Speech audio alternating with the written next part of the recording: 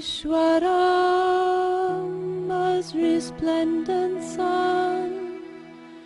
It's the start of a bright new day.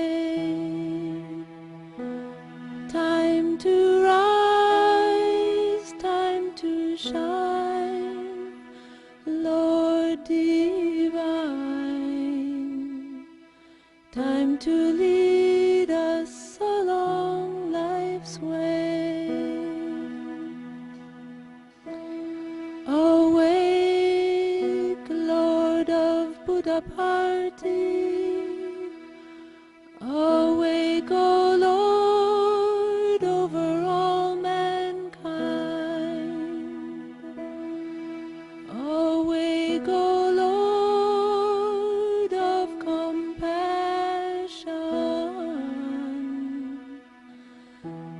that the world good fortune may find.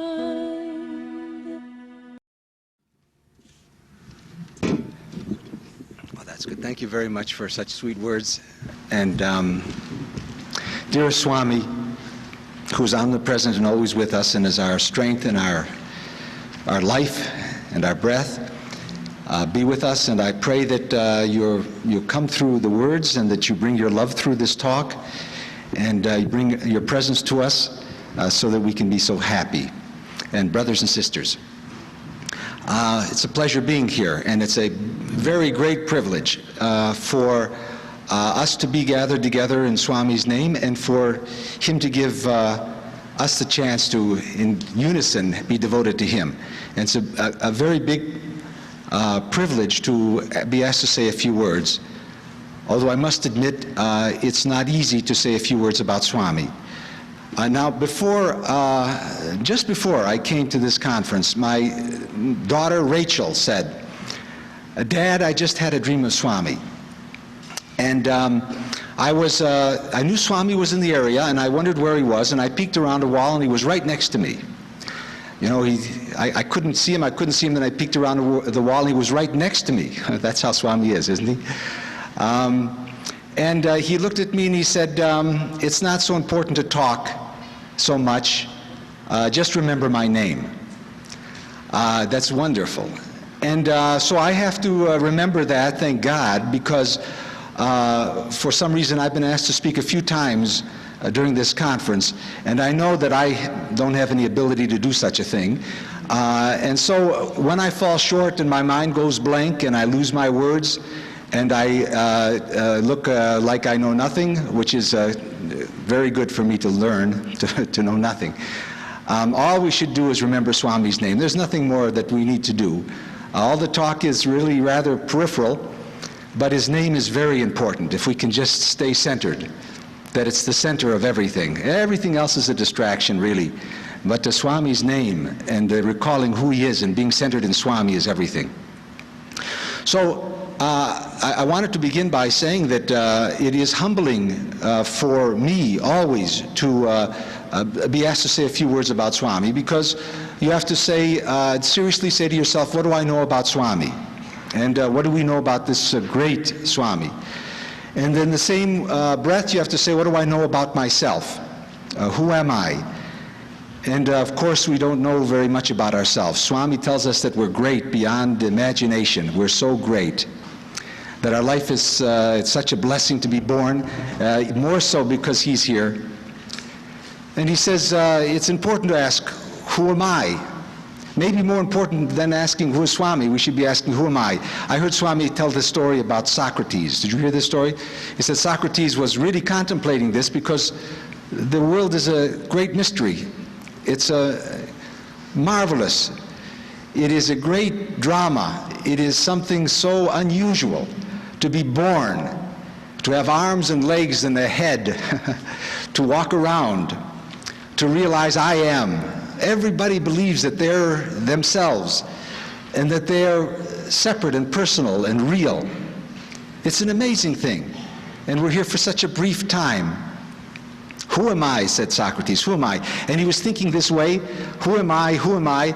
And he was in a line, he was lining up on for some event. And he was so deep in contemplation, who am I, that he walked into the person in front of him. And the person looked around and he says, who are you? And Socrates says, funny you ask. He says, I was deeply contemplating that myself. Who am I? So Swami says this is how we should... and of course, when I think about who am I am much more aware of, or who is Swami, I'm much more aware of who I am not. And that is a very humbling experience, because it's a part of my meditation all the time. And that is, in the morning I get up and I say, I sit in meditation with Swami and hold him close to me. And I say, all events in time, all events go. Everything comes and goes. All events go. And I see it passing like a train in the night. So fast. You try to look inside a window of a train, a lighted window, and you can't hold it because it passes. Everything is passing. But when it goes slower, we get attached to it. But it passes so quickly. Every event comes and goes, birth and death, birth and death. And then I say, every thought passes. I have one thought, and I think I know something, and the next minute I forget it. Every thought comes and goes. Thoughts are very intangible, and they're very ephemeral, and they leave very quickly. It's we're strong at one time in our life, and then we have Alzheimer's disease or something, and we can't even remember our name. We can't even remember who our wife or daughter is. We lose everything. So what is it? What are we holding on to there? Our identity, our thoughts. Our thoughts leave. Our sense of a personal person leaves. All desires leave. All sense objects leave. All sense interests leave. Oh, I'm hungry, then I'm fed. Then I'm hungry, then I'm fed. All sense attractions, all sense objects come and go.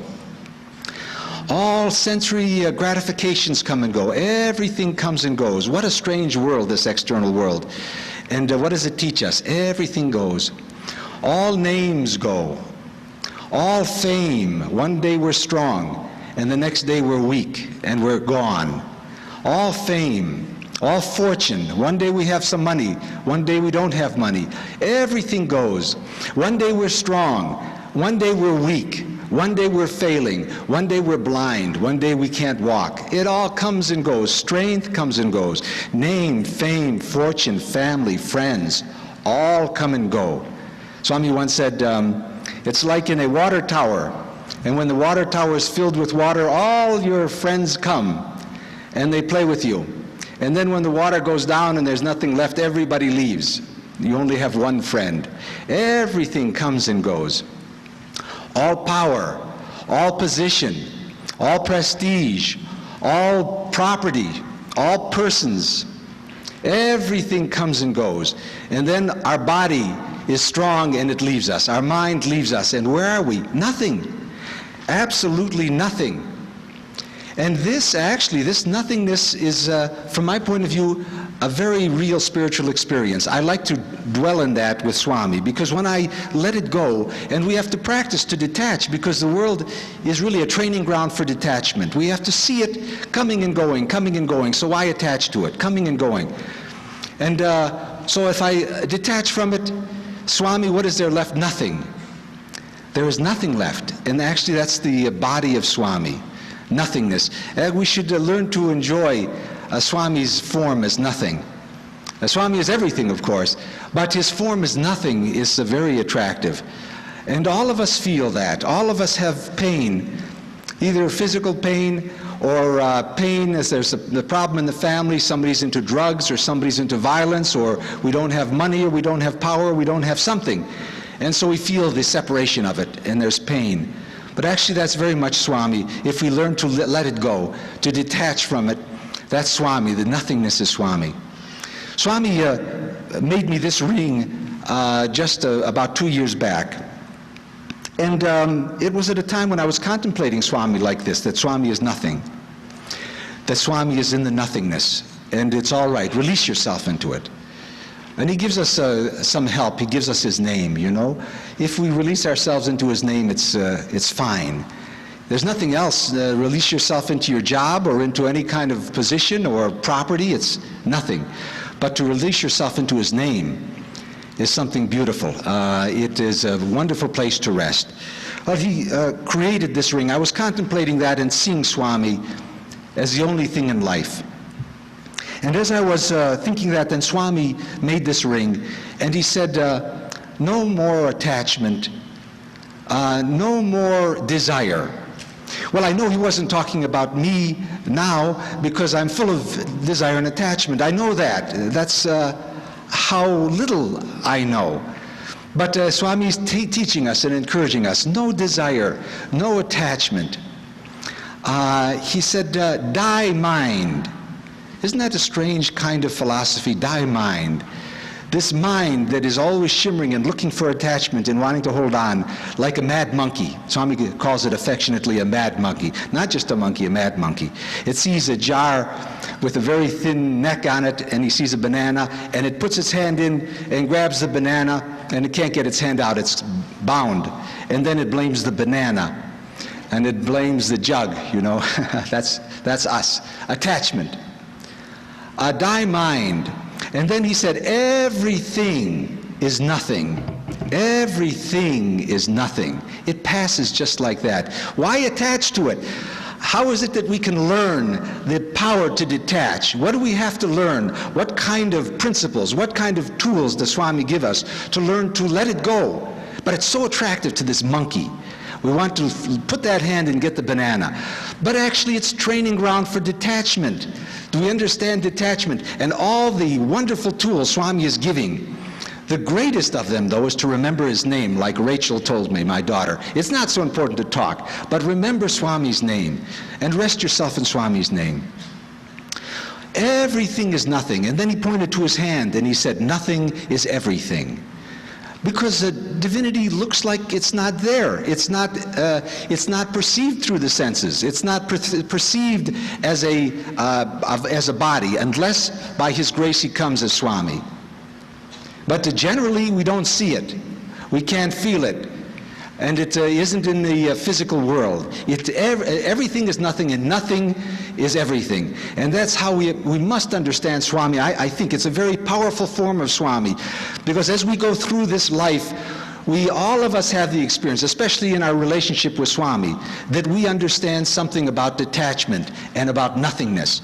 We always feel it in some way. In his great divine grace, he brings us down a notch and helps us deal with our ego. Sometimes it's very difficult. You know, it's not easy to get the diagnosis that you're going to go blind or that you can't move your legs. It seems such serious business. And it is serious business. Oh, we have to practice early. We have to drive, start early, drive slowly, and arrive safely. The process of detachment, of holding on to Swami's name, is very important, because the day comes, it'll come for everybody. We'll lose somebody. We'll lose some aspect of ourselves. We'll lose our closest friend. Somebody in our family will get a terrible illness. They'll say, you know, I'm feeling a pain here, or I've lost sensation here, or I can't see out of this eye, and all of a sudden we have to deal with the pain of what's inevitable. Everybody is born and dies. But the mind is such a monkey, it doesn't remember. It doesn't remember for some reason. It doesn't remember. We're like a block of ice in the hot sun, melting very quickly. It doesn't remember. It thinks that if I just make a good business deal, or I have a good breakfast, or I make a good speech or whatever, everything will be well. But it isn't. This is just training ground for detachment. So Swami sometimes does it so sweetly. You know, I told this story at the Winnipeg meeting in 1988, and so it always sticks with me, because Professor Castori told me this story. He said that one time he was asked to speak at a neighboring village, and Swami gave him his blessings, and you know, he's a very accomplished speaker, and so he went and he spoke about Swami eloquently. And people loved it. People were charged, and they felt Swami's presence. They loved it. And then they said, oh, honored guest, would you please come and speak to some of us privately and give us advice? And so Kasturi said, well, you know, Swami didn't tell me to do that. It's not my position to do that. I am not the one to ask such things. Swami is the one to ask such things. But they asked him with so much heart and so much love that he said, okay, fine. So one by one they came, and Professor Kasturi gave them advice. And they said, oh, Kasturi, would you stay overnight, and then tomorrow we'll have a blessing of the babies and you'll bless them. And he said, who am I to do such a thing? Please don't ask me to do such a thing. This is for Swami to do. But they were so sincere, and their heart was so open, that Kasturi says, okay, I'll do that. So he stayed overnight and he blessed the babies. And then they said, Kasturi, can we touch your feet? And he says, no, please, don't do that. Don't do that. Not good for me. But with such sincerity and such love that he finally allowed them to touch his feet. And he came back to Swami, and Swami didn't talk to him. And didn't talk for a day and a week and a month and more. And Kasturi was very upset, of course, because very loving of Swami and wants Swami's darshan and wants Swami to speak sweetly. And if Swami takes his attention, even though we know, Swami tells us, no matter what, he'll never let us go. No matter if it looks like there's nothing there, everything is pain, we yell at him, whatever it is, he'll never let us go. We will never leave him. He promises that. We will never let us go. But when you're close to him, he's so much maya, that when he ignores you, it's with so much purity that you squeal in pain. He can ignore with such perfection, and he can make you feel that he is not approving in such perfection. And so we forget that we can never leave him. He is us, we are him. We're always with him, always with him. But the drama goes on, and Kasturi said that he was in terrible pain. He lost weight and he was sad. And finally, Swami relented. And they talked to Swami. He says, Swami, I'm sorry, this happened, and it won't happen again. He said, I'll now feel that I am no better than a worm. And Swami looked at him and said, Kasturi, whatever made you think you were any better than a worm? Isn't that sweet? Imagine, that's who we love. And it's good for us, right? Because all is one, be alike to everyone. Where do we get the sense that we're any different than anybody else, that we're any higher or lower or this way or that? Where do we get that? And then cause pain on people and hardship on people. Where do we get? And what it takes to humble us is chilling sometimes. What it takes to humble us until the ego melts and we realize we're just lucky to breathe. And not only that, that breath is given to us by Swami and that he's breathing for us. Where do we get finally the realization that what are we, pomp and circumstance, running around looking so good, thinking that we know everything and we're the doer of everything, but we soon learn, and quicker than later when we're with Swami, quicker than later. I had a patient who I treated for about 5 years and who had terrible pain syndrome.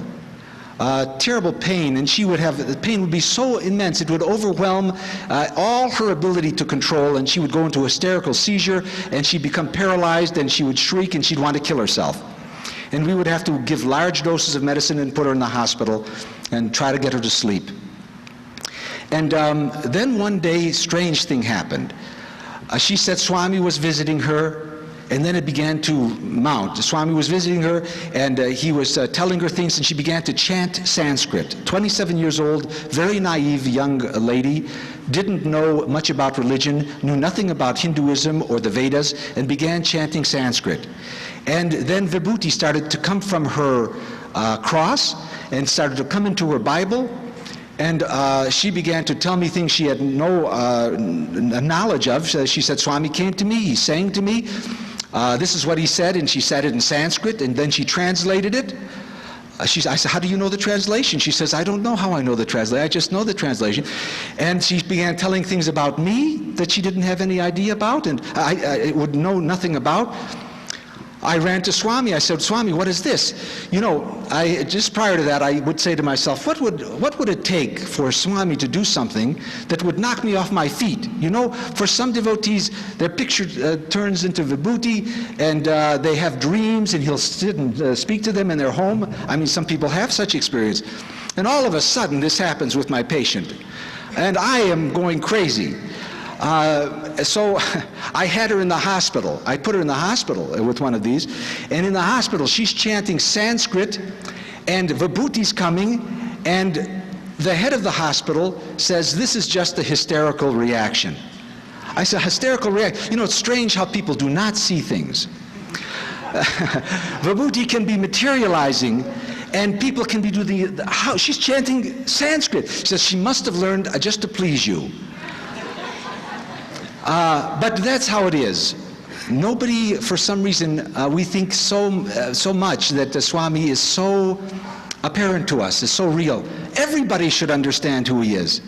All of the powers and all of the greatness and all of the glory, and all of it is demonstrated in this form. And all of the innocence and all of the Maya, everything. And so maybe we're old souls, or maybe by Swami's grace he allows us to see it, and we think that it's just second nature, it's obvious. But it's not obvious. It's pure grace that we think that it's so obvious. It's just pure grace. You tell another person and they couldn't care less. Not one bit of thought about it. How many times I've put my foot in my mouth trying to tell somebody about who Swami is, and they don't want to know. We have pictures all over our house. And the piano teacher used to come. And she would sit with the children right in front of this huge picture of Swami, you know. Never said a word. Who is this? Of course, it must have scared her out of her wits, you know. See all these pictures of Swami there. Must have come. Swami, you know what Swami said about this? I said, Swami, what is this? He says, imagination. Can you believe that? Imagination. I said, but Swami, all of this phenomena is happening. Is the vibhuti yours? He said, yes.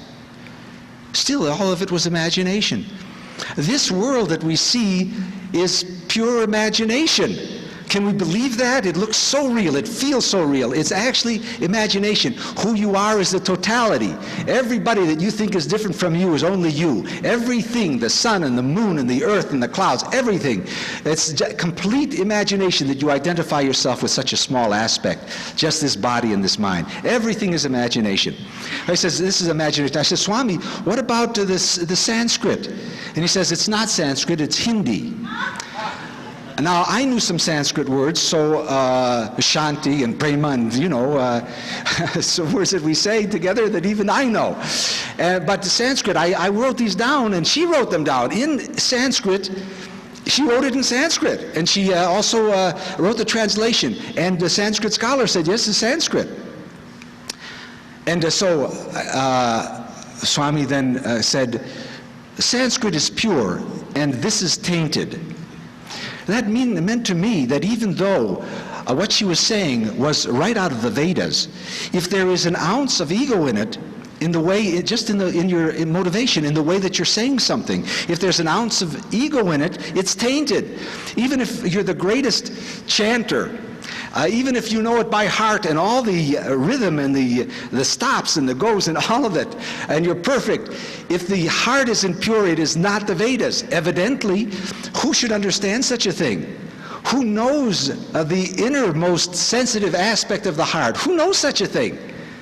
But Swami said, this is tainted. He wasn't even there, was he? Well, we know he was there, and he is her heart. And he knew that there was some hysterical and personality and ego things that could slip in no matter who looks pure from our point of view. And then he said, I said, what about what she's telling me about myself? She said, and you know what Swami said? Nobody should tell you anything about what I'm saying. If I want to tell you something, I'll tell you personally. I'll tell you personally. There's no intermediary. What a great divine form. Can he do that to each one of us? Or when we get some kind of gossip from India or wherever, that in the next 4 days there's going to be a new yuga that I've never heard of, called the Shakti Yuga that will be introduced, and everybody should do certain things, and it spreads like wildfire. Boom! I have to pinch myself. Swami said, if he's going to say something to us, he'll say it directly. And we should be cautious about anything else. Even the most dear friend and the person who is the holiest, because what do we know about holy and what do we know about dear? Only Swami's name. Really, actually we finally melt. And all of the ego comes out until we say, all there is Swami's name. He is our breath, he is our power, he's our strength. Well, if he wants to tell us something, he'll tell us directly. That's his promise. So, should I treat her? Yes, treat her, but don't get too attached. And so I did that, and pretty soon she left. And she got better, she got married, had a terrible syndrome, got married, got better, and I hadn't heard from her for 5 years. And just within the past month, I heard from her. And she said, finally they found out what's wrong with me. A neurologist had seen her, neurosurgeons had seen her. They found that it was a problem in my neck. And 2 weeks ago I had major surgery. 5 or 6 vertebrae were laminectomies were done. I don't have any more lamina in the back of my neck. I was getting paralysis. I couldn't walk anymore. I was losing control of myself. And it's not done yet. I still feel the numbness coming over my body. And I still feel so hard to walk. See, a young person losing this, boom, like that.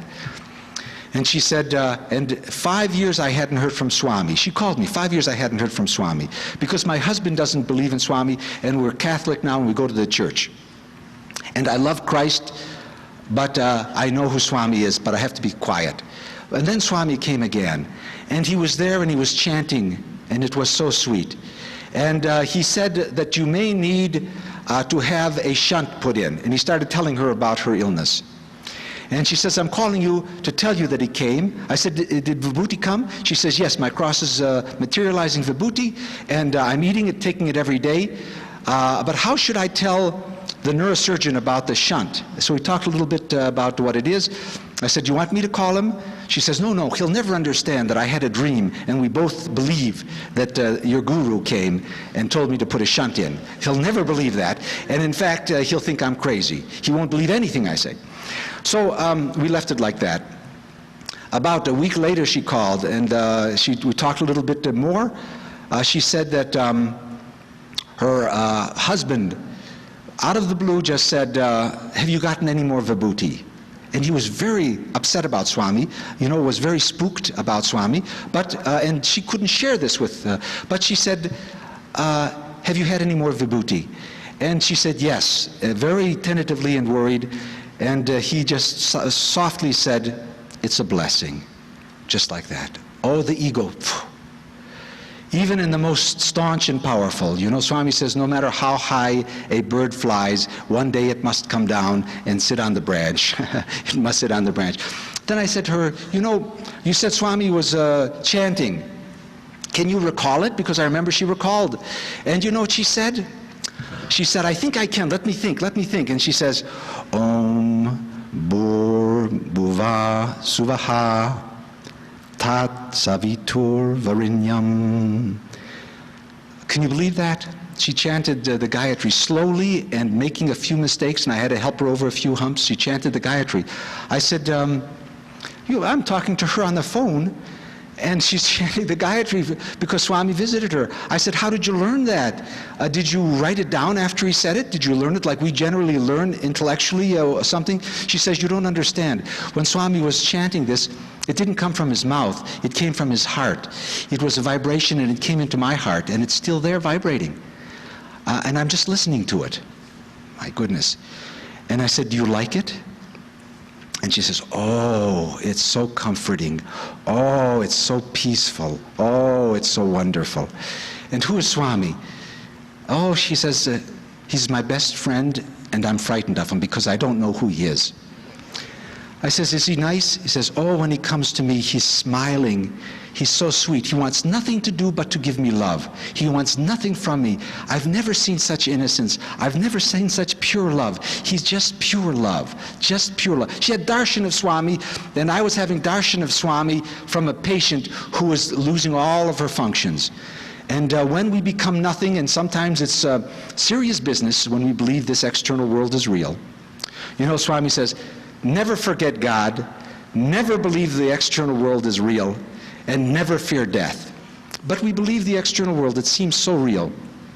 We get attached to it and we learn, we lose function and we suffer. And we suffer because of attachment. We suffer.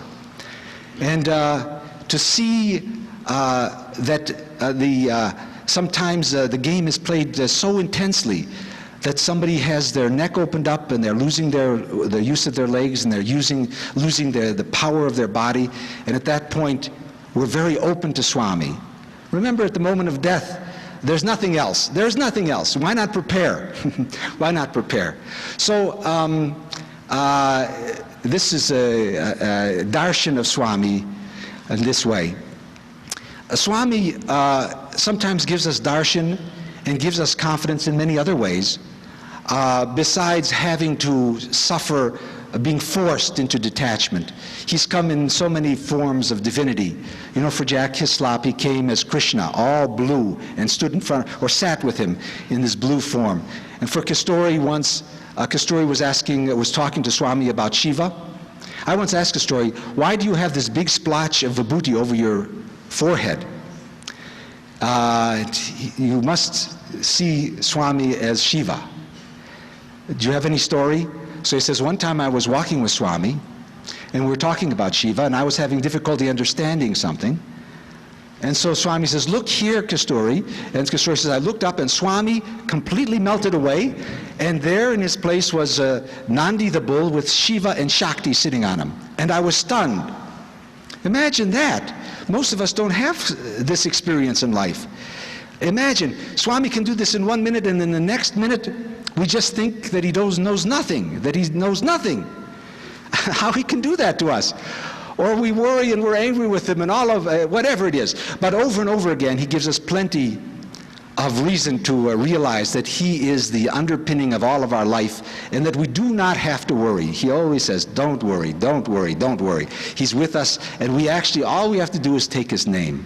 Om Bhagavan Sri Satya Sai, Om Bhagavan Sri Satya Sai. He's come into our life and he lets us rest. We don't have to talk very much, we don't have to do very much. We have to remember his name. So simple. It comes with such potency. Remember, the external world is a place for detachment, and that he gives us the blessing of his name to rest in. And so let's use it. Let's remember it every minute. Om Bhagavan Sri Satya Sai. Om Bhagavan Sri Satya Sai Babaya Namaha. Om Bhagavan Sri Satya Sai. This is the most valuable, the most powerful, the most meaningful, the most essential aspect of our life. Just remember this. Om Bhagavan Sri Satya Sai. See him in all beings. Be aware of him every moment of existence. Oh, what we have to do to our mind to tame it, from stopping to jump into the bottle after the banana. To see him in all beings, be aware of him every moment of existence. Be immersed in the bliss of this awareness. Be immersed in the bliss of this awareness. Be merged in the relationship of profound love and devotion to Swami. And the way to do this is to settle into him, to release into him, to allow ourselves to be his name, and to always chant his name, to not forget his name. It's not so important to talk, it's very important. Om Bhagavan Sri Satya Sai Babaya Namaha. Om Bhagavan Sri Satya Sai. Sai Ram.